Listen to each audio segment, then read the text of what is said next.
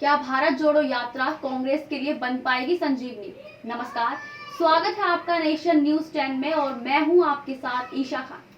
और वक्त हो चला है हमारे खास कार्यक्रम सियासी चर्चा का। आज के शो में चर्चा करेंगे राहुल गांधी की भारत जोड़ो यात्रा पर। राहुल गांधी की भारत जोड़ो यात्रा जारी है। फिलहाल ये यात्रा तेलंगाना से गुजर रही है, जहां राहुल गांधी के खास अंदाज दिख रहे हैं। जहां एक और उन्होंने अपने आदिवासी समर्थकों के साथ डांस किया, तो रविवार को उन्होंने यात्रा के दौरान दौड़ लगाकर अपनी फिटनेस दिखाई।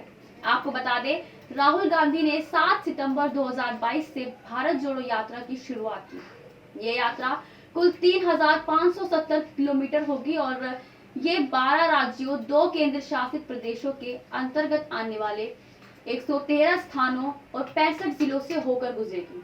भारत जोड़ो यात्रा ने 50 दिन से ज्यादा का सफर पूरा कर दिया है। तेलंगाना 5वां राज्य है जहां ये यात्रा पहुंची है।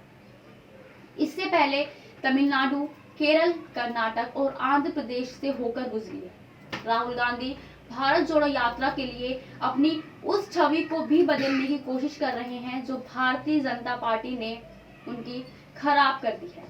उनकी कोशिश एक जन नेता की इमेज बनाने की दिख रही है। इसलिए इस यात्रा के बीच में राहुल किसानों, मजदूरों, महिलाओं और बच्चों के साथ साथ बेरोजगार युवकों और सामाजिक संगठनों से भी बात करते हुए नजर आ रहे हैं।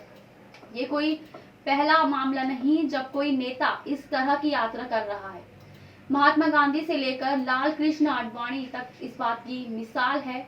ये पहली बार नहीं है जब भारतीय राजनीति में कोई पदयात्रा कर रहा हो। देश की राजनीति में यात्राएं जन समर्थन हासिल करने का सटीक मंत्र रही है। साल 1930 में महात्मा गांधी की दांडी मार्च ने पदयात्राओं की राजनीतिक शक्ति का दुनिया को एहसास कराया। वहीं 1990 में लाल कृष्ण आडवाणी की यात्रा में बीजेपी कांग्रेस के बाद भारत में दूसरी राजनीतिक ताकत बन गई। अब यहाँ कई बड़े सवाल पैदा होते हैं जिन पर चर्चा करना बेहद जरूरी है। क्या ये यात्रा राहुल गांधी को मोदी का विकल्प बनने में मदद करेगी? क्या कांग्रेस के गिरते ग्राफ को दोबारा उठा पाएगी यह यात्रा?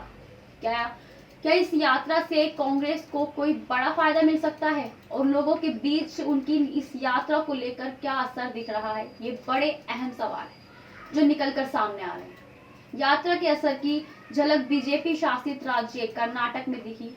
राहुल गांधी ने 1000 किलोमीटर से ज्यादा की दूरी तय कर चुके हैं। इस यात्रा में कर्नाटक ऐसा पहला राज्य है जहां बीजेपी सत्ता में है।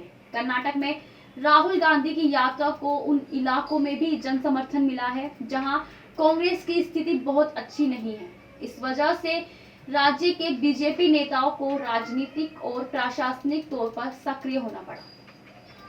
ये यात्रा न सिर्फ कांग्रेस बल्कि राहुल के लिए भी काफी अहम मानी जा रही है। अब तक यात्रा से ये जरूर हासिल हुआ है कि लोग राहुल की इस मेहनत और जज्बे की तारीफ करने लगे, चाहे वह उनका समर्थक हो या फिर विरोधी। इस यात्रा की शुरुआत राहुल को लेकर विवाद भी खड़ी करने की कोशिश की गई, लेकिन मुखालफत के वो सुर भी अब शांत हो चले हैं। राहुल गांधी सियासत में एक लंबा अरसा तय कर चुके हैं। राहुल के बारे में ये भी कहा जाता है कि हर थोड़े से अंतराल के बाद उन्हें सियासत से ब्रेक चाहिए का काम किया है। यात्रा के शुरू में उन्होंने मीडिया से रूबरू होते हुए कहा कि इस यात्रा के जरिए वे न सिर्फ अपने देश को बेहतर तरीके से जान और समझ पाएंगे बल्कि उन्हें खुद अपने आप को भी समझने में मदद मिलेगी। आगे बढ़ते हुए कहा कि तब वह लोगों के बीच सड़क पर जाते हैं तो उन्हें उनकी पीड़ा और तकलीफ समझने में मदद मिलती है। लोगों से सीधे मिलकर उन्हें लोगों का दर्द समझ में आता है, जिसे कहीं ना कहीं वे खुद भी महसूस करते हैं। राहुल ने इस यात्रा को अपने और अपने परिवार की तपस्या करार दिया। हालांकि राहुल ने अब तक के अपने अनुभव को जबरदस्त करार दिया, लेकिन साथ ही ये भी कहा कि लोगों से उनके संवाद व संपर्क का और बेहतर अनुभव आना बाकी है। भारत जोड़ो यात्रा ने न सिर्फ कांग्रेस बल्कि इसके नेताओं और कार्यकर्ताओं के भीतर सड़क पर उतरने का जज्बा भरा है। पिछले कुछ सालों में कांग्रेस जो जमीन से कट चुकी है, उसके नेता अब जिस तरह से लोगों के बीच पहुंच रहे हैं, पार्टी के भीतर संघर्ष करने का जज्बा जागा है।